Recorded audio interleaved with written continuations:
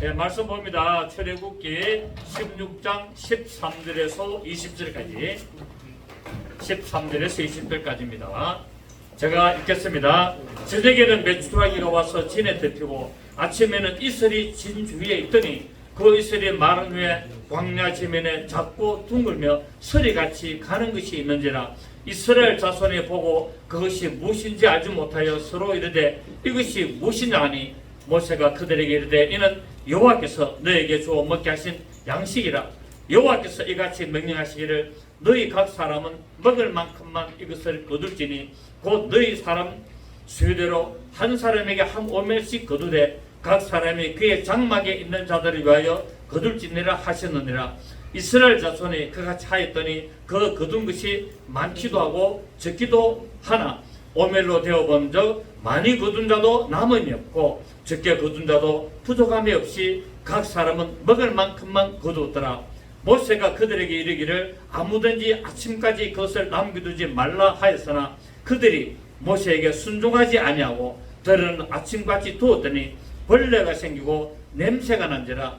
모세가 그들에게 노하니라. 아멘. 하나님께서 이제 메추라기와 만나를 주실 것이며 이스라엘 백성들이 너희 하나님인 줄을 알게 되리라고 말씀하셨습니다. 광야에 나가니까 먹을 것이 없었지만은 하나님께서 이제 하늘에서 만나를 내리고 광야에서 메추라기를 주게 되면은 너희들은 아무것도 안 해도 하나님이 이렇게 양식을 주어서 먹게 하신 것을 보면서 너희 하나님인 줄을 알게 하리라고 이렇게 말씀을 하셨습니다. 이처럼 날마다 하늘에서 내리는 만나를 통해서 하나님의 능력을 또 한 번 깨닫게 되었습니다. 자, 만나를 보면서 무엇을 알게 된다고요? 하나님의 능력을 알게 된다는 거예요.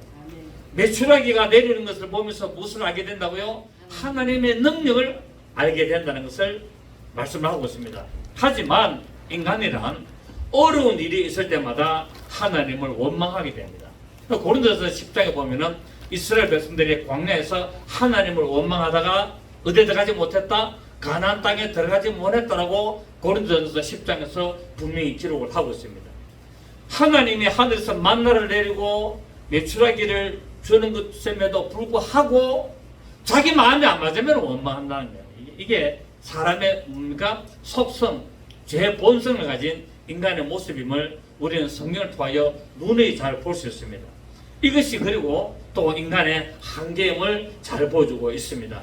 그렇기 때문에 올바른 믿음의 자녀들은 살아가는 인생의 삶 속에서 어려운 일이 오고 힘든 일이 오고 좀 나하고 안 맞는 일이 있더라도 늘 하나님께 어떻게 된다? 감사하면서 살아야 한다는 것을 말하고 있죠. 오늘 우리가 오전에 찬양을 하는데 감사에 대해서 몇 구 했잖아요. 그러니까 우리가 어려워도 감사, 부족해도 감사, 이런 믿음의 모습이 있다면 하나님은 우리에게 늘 필요를 공급하실 줄로 믿습니다. 자, 역대상 16장 보십니다. 역대상 16장 8절, 역대상 16장 8절 한번 보시겠습니다.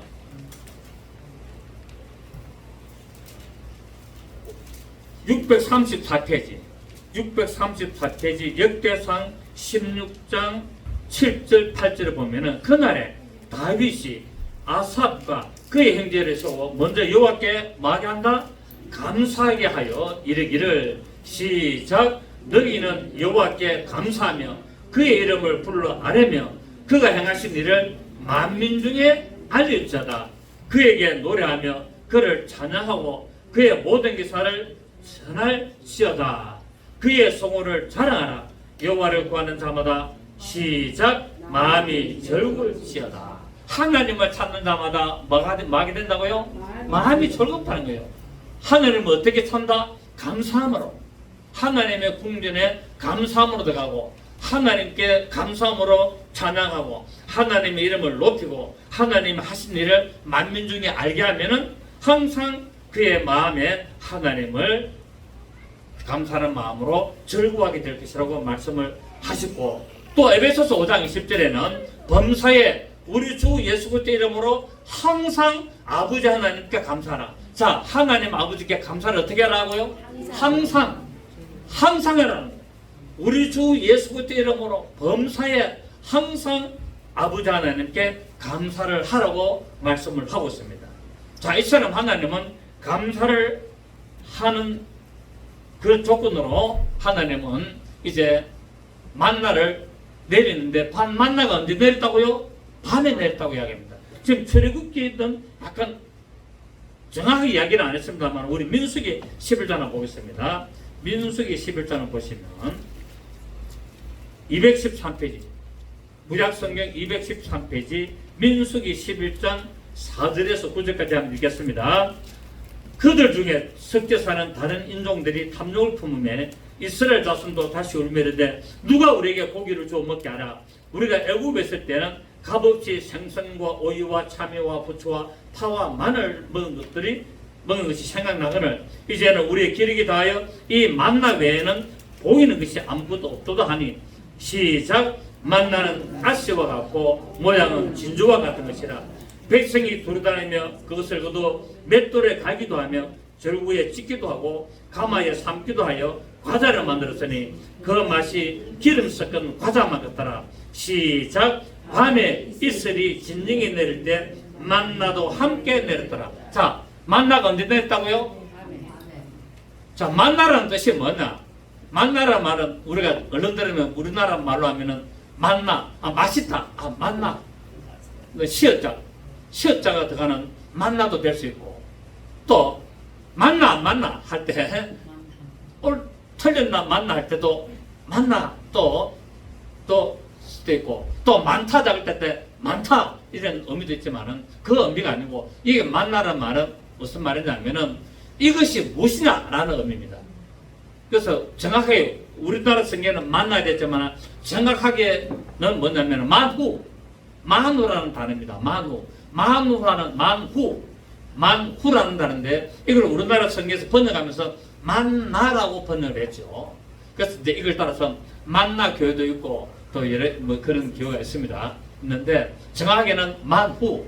근데 그 말은 뭐냐면은, 히브리 말은 뭐냐면은 이것이 무엇이냐, 이것이 무엇이냐, 후, this is who 뭐 할 때 뭐 그렇게 했죠. 저 영어 잘 못합니다. 그러니까 이것이 무엇이냐 할 때 그런 의미가 만나라는 의미다. 그런데 이 만나가 밤에 내렸습니다. 만나가 밤에 내린 것은 예수 그리스도께서 이 어두운 세상에 오신다는 것을 나타내고 있습니다. 그 만나가 좀 아침에 내리면 얼마나 좋겠습니까? 아침에 내리면 좀 신선하고, 그래 나가서 좀 내린 것도 좀 보고, 또 내린 것 뭡니까? 보면서 또 거두기도 좋고. 근데 만나가 언제 내렸다? 꼭 어두운 밤에, 캄캄한 밤에, 오늘 우리 진로 한번 보는 것처럼 어두운 밤에 캄캄한 밤에 내렸어요. 왜? 아무도 모를 때 내린다는 거예요. 아무도 모르고 누구 잘 때. 이 말은 뭔가 전부터 영적으로 졸며 잘새 보라 신랑이로다 라고 하는 그 설교로는 다섯 처녀에게 주님이 오시는 것처럼, 예수님이 또 초림하실 때도 아무도 모르는 캄캄한 밤에, 영적으로 어두운 밤에 오셨기 때문에 아무도 그를 알아보지를 못했고, 동방박사 3명들이 이들이 찾아왔습니다. 이들은 뭡니까? 하나님의 계시를 따라서 큰 별을 따라왔죠. 큰 별을 따는데, 이 동방박사들이 누구냐면은 바로 바벨론 포로로 잡혀갔을 때 그 이스라엘 민족들의 후예, 그 이스라엘 민족들의 후예들이 살면서 거기서부터 하나님에 대해, 여호와 하나님에 대해서 알게 되고 연구를 했던 그런 자들이 동방박사였습니다. 그래서 하나님이 그들이 계시를 줘서 천사들을 통해서 이제 별을 따라오게 만들고, 또 누가 봅니까? 양을 치는, 밤에 양을 치는 이 목자들에게 천사가 나타나서 가르치는 봅니다. 그래서 예수님이 오신 것을, 메시아가 오신 것은 하나님의 특별한 지정한 사람들에게만 이렇게 알게 하신 것을 보게 되죠. 그죠? 이처럼 예수님이 이제 초림하실 때도 만나가 이게 누구나, 네가 하나님의 아들이냐? 네가 하나님의 아들이면은 네가 이 돌들을 떡덩이로 만들어 봐라. 이런 식으로. 이것이 진짜 그리스도가 맞느냐라고 이렇게 하는 이런 것을 다 상징하고 있다는 사실. 그래서 만나를 내림으로 말미암아 아는 자가 없고, 다 누구 잘 때, 영적으로 얻을 때 왔고, 또 이 만나가 밤에 왔다는 것은 바로 예수님이 이 어두운 세상에 생명의 빛으로 오시는 것을 상징하고 있죠. 그래서 요한복음 8장 12절 보면은 나는 세상의 빛이니 나를 따른 자는 어둠에 다르지 아니하고 생명의 빛을 얻으리라 라고 말씀하셨습니다. 이처럼 밤에 만나를 내림으로 말미암아 아침에 거두러 나갔는데, 이것은 아침마다 나가서 만나를 가져가야 되는 것은 날마다 새로운 삶을 시작한다는 거예요. 날마다 새로운 양식을 먹어야 되고 날마다 새롭게 하나님의 말씀을 먹어야 될 것을 또 상징하고 있고, 우리가 여러분 살아있기 때문에 아침이 맞이하는 거 아니겠습니까? 살아있기 때문에 아침을 맞이하고, 이 살아있는 존재로서 사람의 눈을 뜨면 가장 먼저 맞이해야 될 것이 바로 하나님께 감사라는 거예요. 하나님, 오늘도 살아있음을 감사드립니다. 오늘도 내가 눈을 안 뜨고 영원히 가는 것이 아니라 오늘도 내가 눈을 뜨고 이 세상에서 내가 하나님을 알게 하심을 감사합니다 해서 나가는 것이 바로 만나를 아침마다 새벽마다 거두러 나는 것을 의미하고 있습니다. 그런데 이 만나가 밤에 내릴 때 무엇과 함께 내렸다고 민수에서 말합니까? 이슬과 함께 내렸다고 이야기를 하는데, 이 만나가 되시는 예수 그리스도께서 바로 하늘의 보물로 오셨음을 상징합니다. 성경에서는 이슬을 하늘의 보물이라고 이야기합니다. 여러분, 우리가 지금 날씨가 굉장히 덥습니다만은 새벽에 나가면은 그래도 화분에 있는 보면은 물을 안 줘도 좀 촉촉해 젖어 있죠. 이슬이 내리기 때문에 그렇습니다.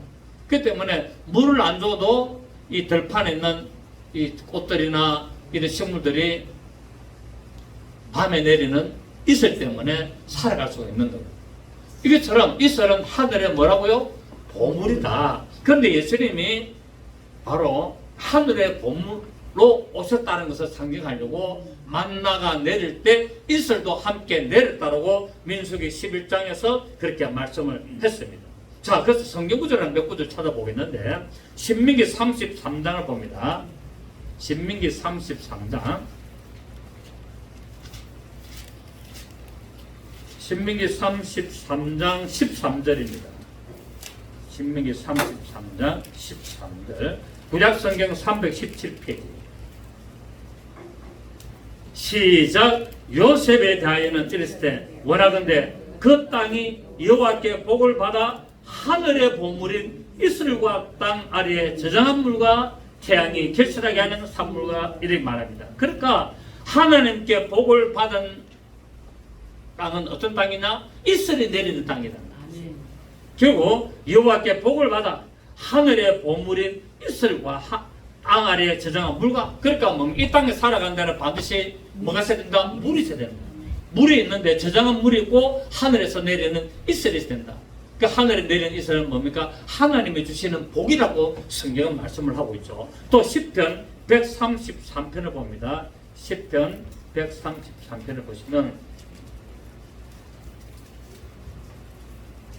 시편 133편 3절입니다. 133편 3절. 구약성경 901페이지. 시작. 헐몬의 이슬이 시온의 산들에 내리는 같도다. 거기서 여호와께서 복을 명하셨나니 곧 영생.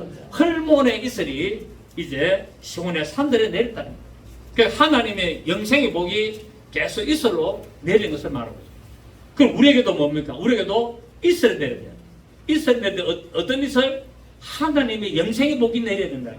그래서 우리가 육체는 깨어서도 우리 영혼은 뭡니까? 그 하늘의 이슬의 복을 따라서 영생하는 복을 누리는 삶을 살게 되는 것을 말하고 있죠. 자, 또 잠언서 19장 바로 뒤에 시편 다음에 잠언서 19장 봅니다. 19장 12절 보겠습니다.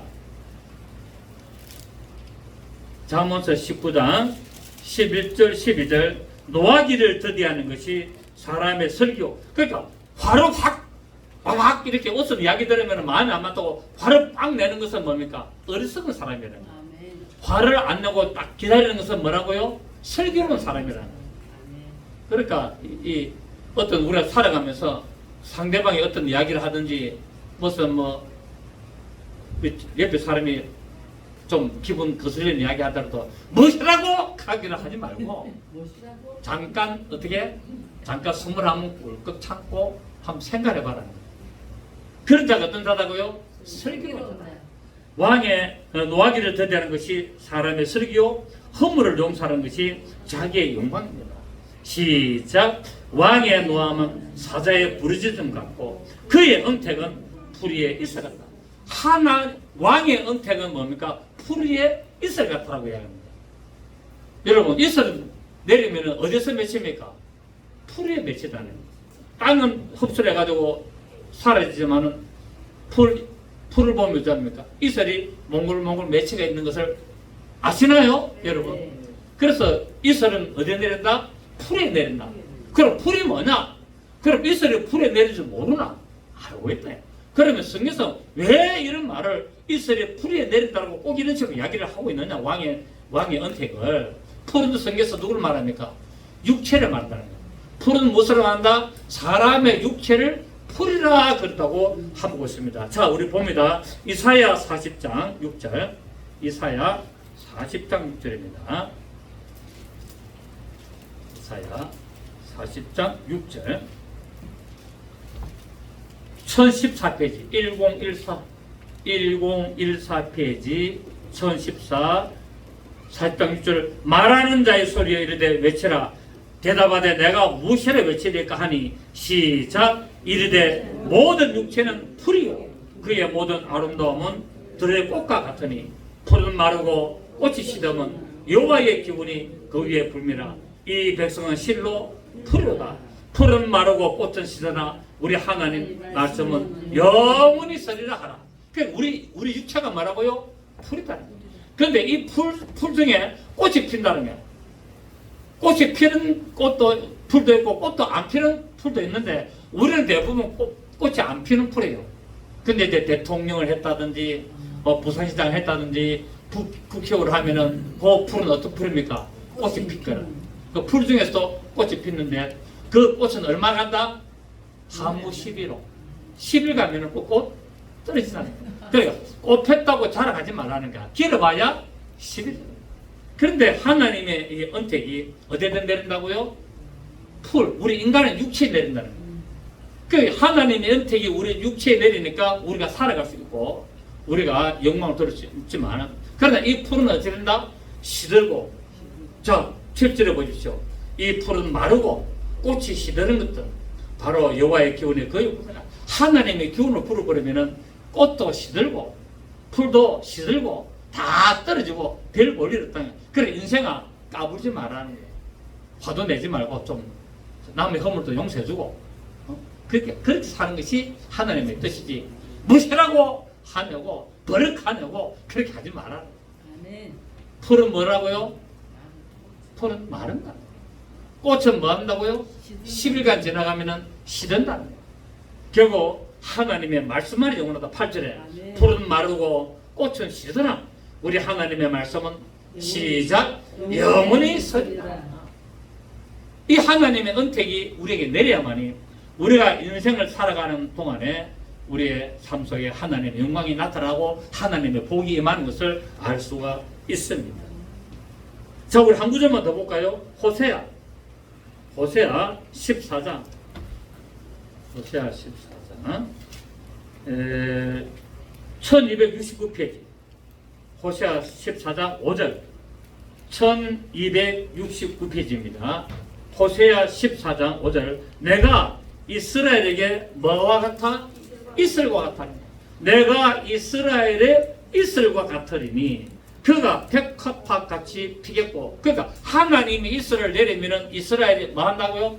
백합화꽃같이 핀다는 거예요. 진짜 여러분 백합화꽃이 얼마나 좋습니까? 나는 꽃 중에서 제일 좋은 게 그 백합화꽃 그 파란 꽃 이렇게 피는 것이 나 너무 멋있고 좋더라고요. 그리고 또 좋아하는 꽃이 하나 딱 더 있습니다. 안개꽃. 안개 참 조그마한 그 안개꽃들이 그 한 바구니에 이렇게 확 모으면 그 얼마나 좋은지 몰라요. 그 전에는 제가 그 꽃 별로 안 좋아했거든요. 근데 자연으로 돌아가는 나이가 자꾸 되니까 꽃이 좋아지네. 그러니까 그 안개꽃을 조금만 하면 별로라. 한 바구니 담아놓으면 뭐 있고 백합학 이를 화분에다가 이렇게 심어놓으면 그거 멋있죠. 한없이 바라보고 있습니다. 너무 좋더라고요. 자, 근데 하나님이 뭡니까? 하나님이 이스라엘은 뭐가 같아? 이슬과 같았고, 그래서 그가 아주 멋있는 백합학 같이 피겠고 레바논 백합문 같이 뿌리가 박힐 것이라. 그의 가지는 퍼지며 그의 아름다움은 감람나무 같고 그의 향기는 레바논 백향목 같으리니 그 그늘 아래에 거주하는 자가 돌아올지라. 그들은 곡식같이 풍성할 것이며 포도나무같이 꽃이 필 것이며 그의 향기는 레바논의 포도주같이 되리라 라고 말씀하고 있습니다. 8절에 봅니다. 에브라임의 말이 내가 다시 우상과 무슨 상관이 있으리요 할지라. 내가 그를 돌아보아 대답하기를 나는 푸른 잣나무 같으니 내가 나로 말미암아 열매를 얻으리라.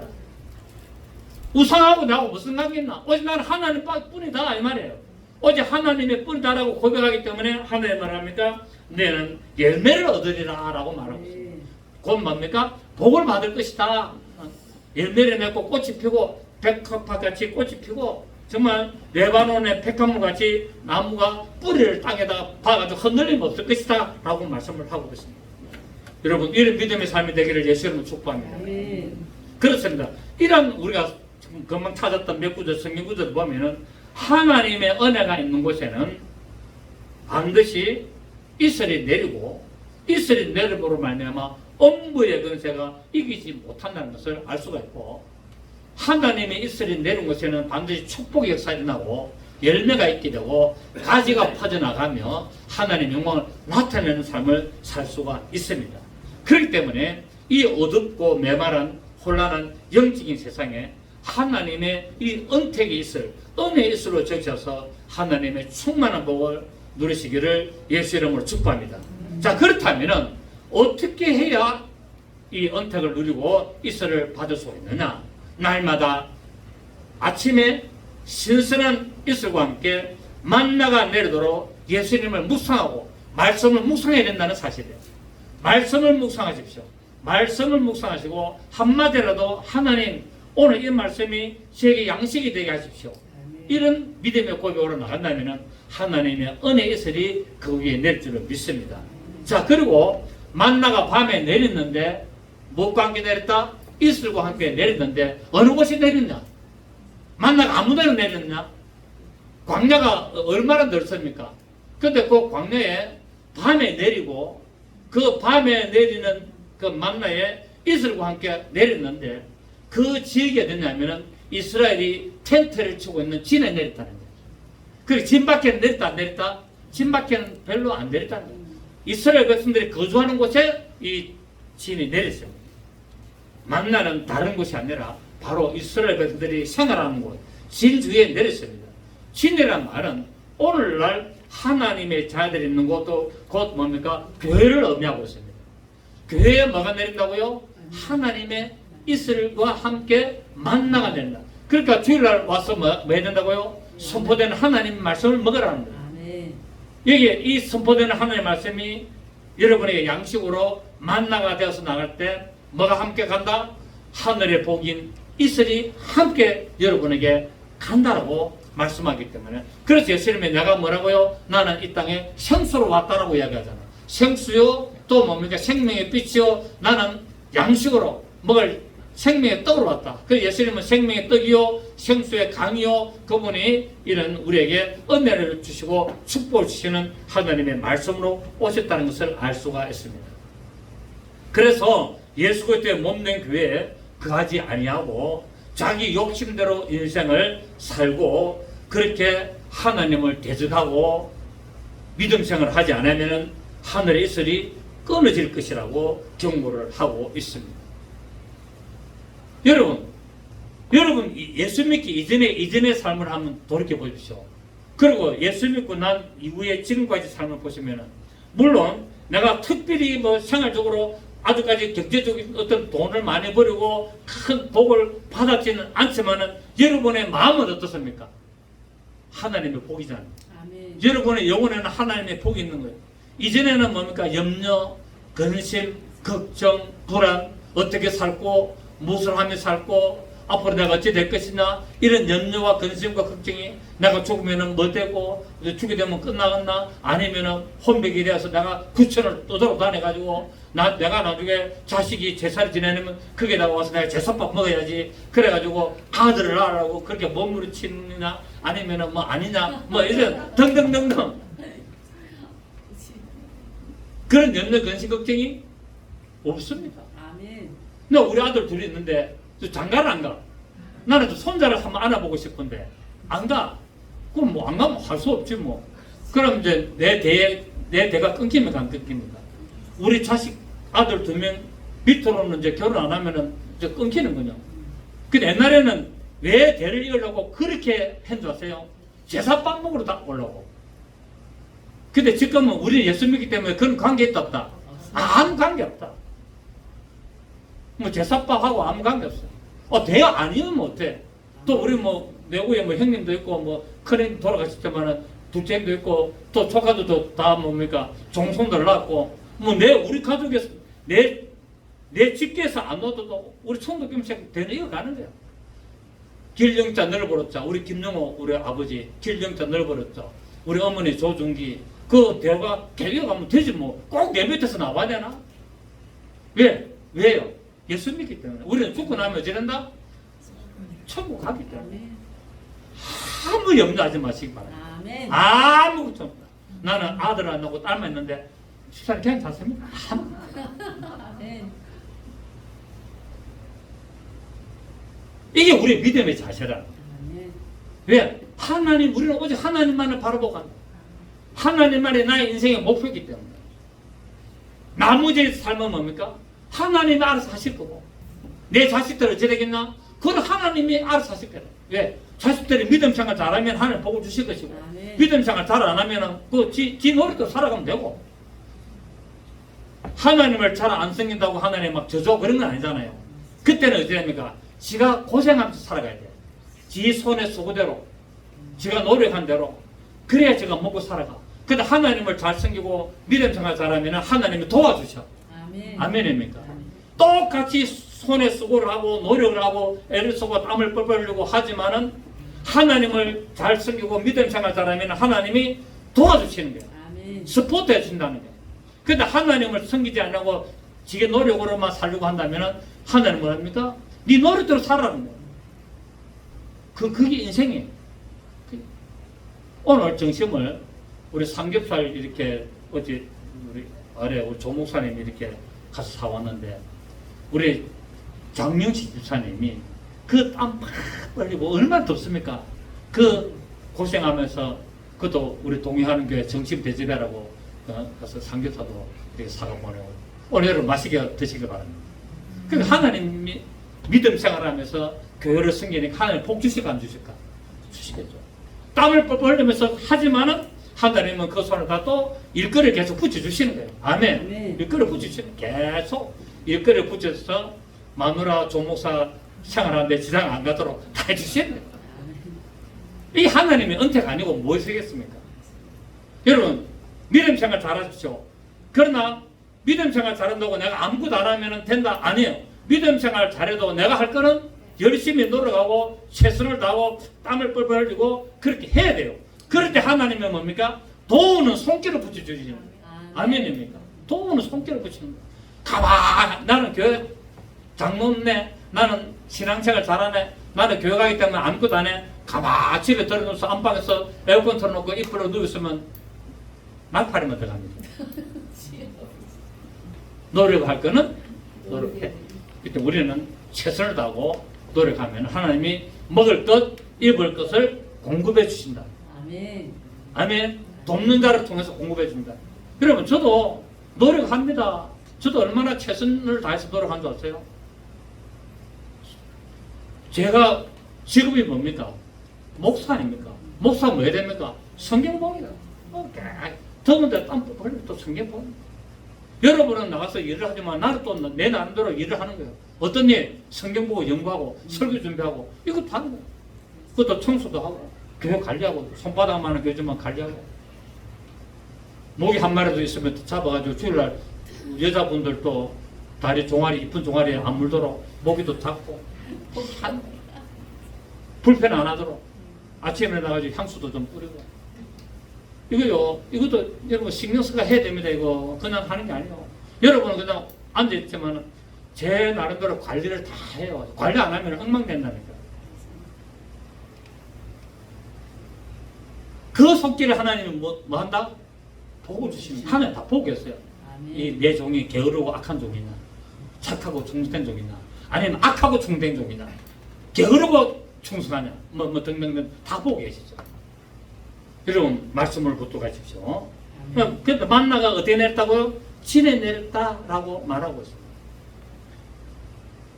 그런데 이 진에 내린 것은 바로 하나님의 믿음을 말씀을 바라보며 나오고 있는 교회에 내린 것을 또 양식으로 내리는 것을 상징하고 있습니다. 그런데 이 내린 만나를 보니까 모양이 보니까 만나가 모양이 어떻게 됐다고요? 작다라고 이야기하고 있습니다. 작다. 이 작다는 것은 여러분 큰 덩어리를 내리면 아이가 먹습니까 못 먹습니까? 또 큰 덩어리가 내리면 노인네가 이빨이 시원찮는데 잘 못 먹잖아요. 하나님은 남녀노소 누구나 잘 먹게 하려고 작게 냈다. 그러니까 기록된 말씀이 뭡니까? 누구나 보더라도 쉽게 읽을 수 있도록 하나님은 말씀을 주신 거예요. 아멘. 그래서 설교를 어렵게 하면 안 돼요. 설교를 쉽게. 그래서 그렇다고 설교를 쉽게 하라고 해서 너무 실력 저하식으로 하면 안 되고 고상한 말씀을 알아듣도록 잘 풀어줘라 이 말이에요. 아멘. 어려운 말씀인 것 같아도 이해를 못하는 말씀을 오늘 현대적으로 좀 이해가 안 되는 말씀을 잘 알아듣도록 잘 풀어주는 것이 만나를 작게 내린 겁니다. 아멘.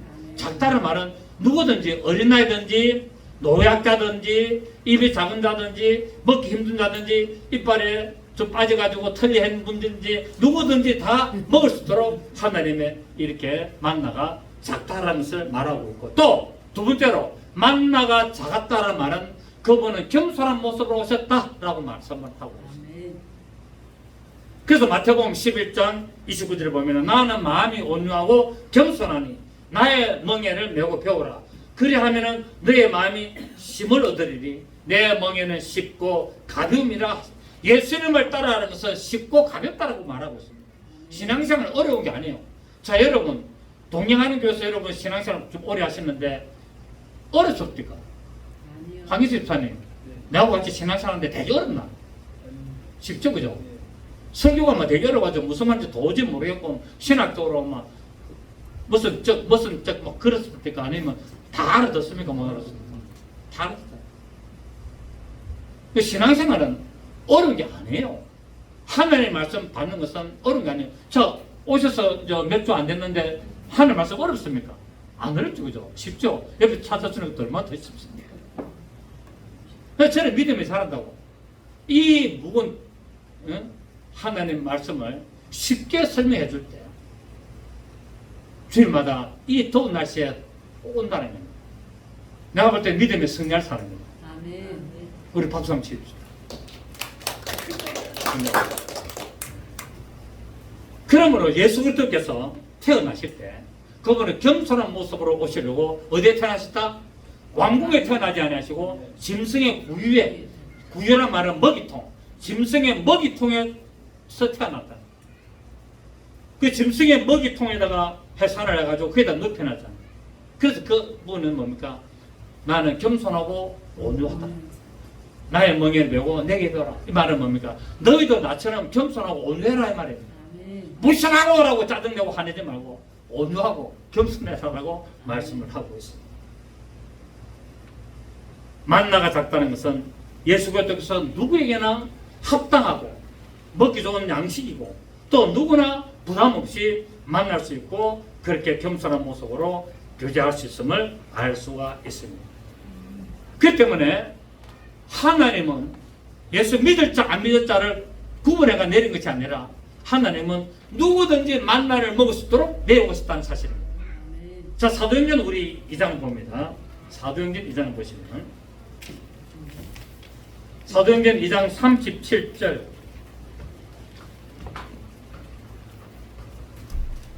예수 믿을 사람 안 믿을 사람은 구분해가 내리기 때문에 그렇기 때문에 하나님 말씀도 믿음도 예수 믿을 사람만 믿고 안 믿을 사람은 절대로 안 믿는다가 아니에요. 자, 그 성경에 나오죠.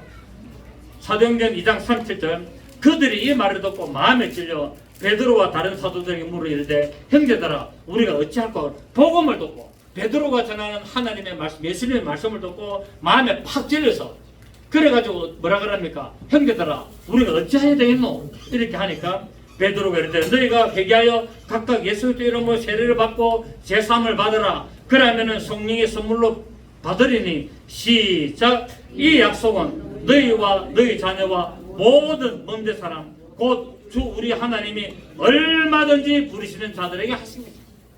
구원은 모든 먼데 사람 뭡니까? 이스라엘뿐만 아니라 이스라엘 뒤에 다른 저 이방에 저 멀리 있는 브라질 아마존에 있는 사람들도 하나님 부른다는 거예요. 근데 먼데 있는 사람 곧 우리 주 하나님이 정한 사람만 부른다? 아니면 얼마든지 부른다? 얼마든지. 예수 믿을 사람으로 정해져가 내린 사람만 정해진 사람만 부르는 것이 아니라 얼마든지 부르시는 자들에게 하신 것이라고 또 여러 말로 확정했거나 이르되 너희가 이 폐간실에서 구원을 받아라고 하니까 그 말을 받은 사람들은 세례를 받으며 그날의 신도의 수가 3,000이나 더하더라 라고 말씀하고 있습니다. 또 한 구절 더 봅니다. 뭐 여러 구절이 있습니다만 요한일서 2장 5절 봅니다. 요한일서 2장 4절 보면은 2장 2절부터 보겠습니다. 2장 2절 그는 우리 죄를 위한 화목제물이니 우리만 위할 뿐 아니요 온 세상의 죄를 위한. 자, 예수님은 예수 믿을 사람만 위한 죄를 없애려고 하신 것이 있습니까? 온 세상의 죄를 위하지 않습니까? 온 세상에 성경을 했잖아요. 여기서 택함 받은 자들만 구원하시려고 십자가에서 죽으셔서 그들만을 죄를 용서하려고 하신 것이 아니라 온 세상의 죄를 다 뭡니까? 위하여 그분이 십자가에 죽으셨고 우리가 그의 계명을 지키면 이로써 우리가 그를 아는 줄 알 것이요 그를 아노라고 그의 계명을 지키지 아니한 자는 거짓말하는 자요 진리가 그 속에 있지 아니하되 시작.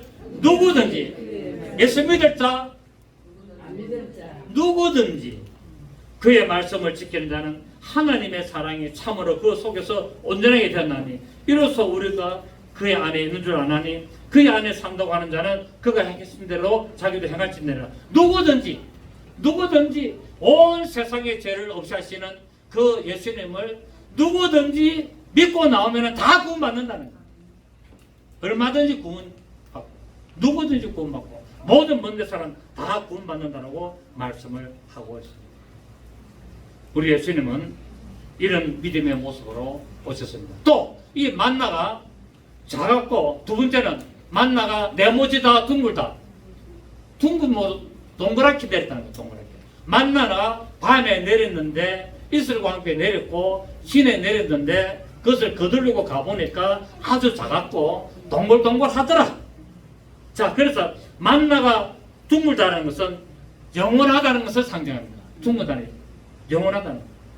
그래서 원불교 같은 데 보면은 불교 중에서도 원을 딱 그러고 있잖아요. 제가 원불교도 가봤거든요. 제가 직장 생활할 때 내 사수가 내 바로 위에 사수가 내보고 김감독 오늘 내 딸 한번 가자 하더라고. 어디 갑니까? 저녁 사줄게 하더라고요. 그 저녁 물어봤어. 저녁 갈비 사주는 거 갈비 먹고 소주도 한잔 마시고 맥주 한잔 마시고 하는데 오늘 뭐 특별히 저녁에 뭐 할 일 있나? 없습니다. 그러니까 오늘 내가 저 종교 집회에 가는데 한번 따라가자더라고. 어딥니까? 하니까 원불교 따라가고. 저는 교회 다녔거든요. 그때는 교회를 안 다녀도 항상 어릴 때부터 교회를 다니는 게 있기 때문에 원불교에서 내가 순간적으로 당했구나. 이게 고기 먹고 토해낼 수도 없고 큰일 났네. 이거. 그래서 따라갔어. 따라갔더니 정면에 이런 식으로 큰 천대 동그란 원을 딱 걸어놓고 딱 있더라고. 그러면서 여자가 그 머리를 쪽을 딱 지가지고 다 해가지고 위에는 저 머리 밑에는 까만 치마 입고 딱 나와서 그럼 원불교 뭐 되겠죠. 그래서 속으로 하늘에 계신 분 아버지 하늘은 오늘 잠 끌려고 그렇습니다. 하나님 이 귀신의 세력에 속지 않게 하시고 지켜주십시오. 왜 나는 주기도문 다 외웠으니까 어릴 때부터. 그러니까 앉아가지고 주기도문 하늘에 계신 분 그래서 들었는데 무슨 말인지 지금 기억 안 나. 그래가지고 한 번 듣고 그 다음부터 그 사수가 밥 먹으러 가자면 절대 안 따라가. 안 따라가. 약속 있습니다. 그 원불교 아니고 원. 그 원이라는 말은 영혼을 상징합니다. 영혼. 그런데 하나님은 어떤 분이다? 영원하신 하나님입니다. 그 만나가 둥글게 내렸다는 말은 뭡니까? 예수님이 영원하시다. 곧 어제나 오늘이나 영원토록 동일하신다는 것을 상징하고 있다는 사실입니다. 예수님은 이처럼 온전하시고 영원토록 동일하시고 충만하시고 조금도 부족하심이 없는 분으로 오신 것을 상징하고 있습니다. 오늘 우리는 만나의 모양에 대해서 조금 살폈습니다. 오늘 여기까지 하고 계속 시리즈로 계속 지금 좀 해야 됩니다. 다음 주에는 예수님의 고난을 당하시는 것을 상징하는 만나의 의미에 대해서 말씀을 드리도록 하겠습니다. 좋으신 주님 감사드립니다.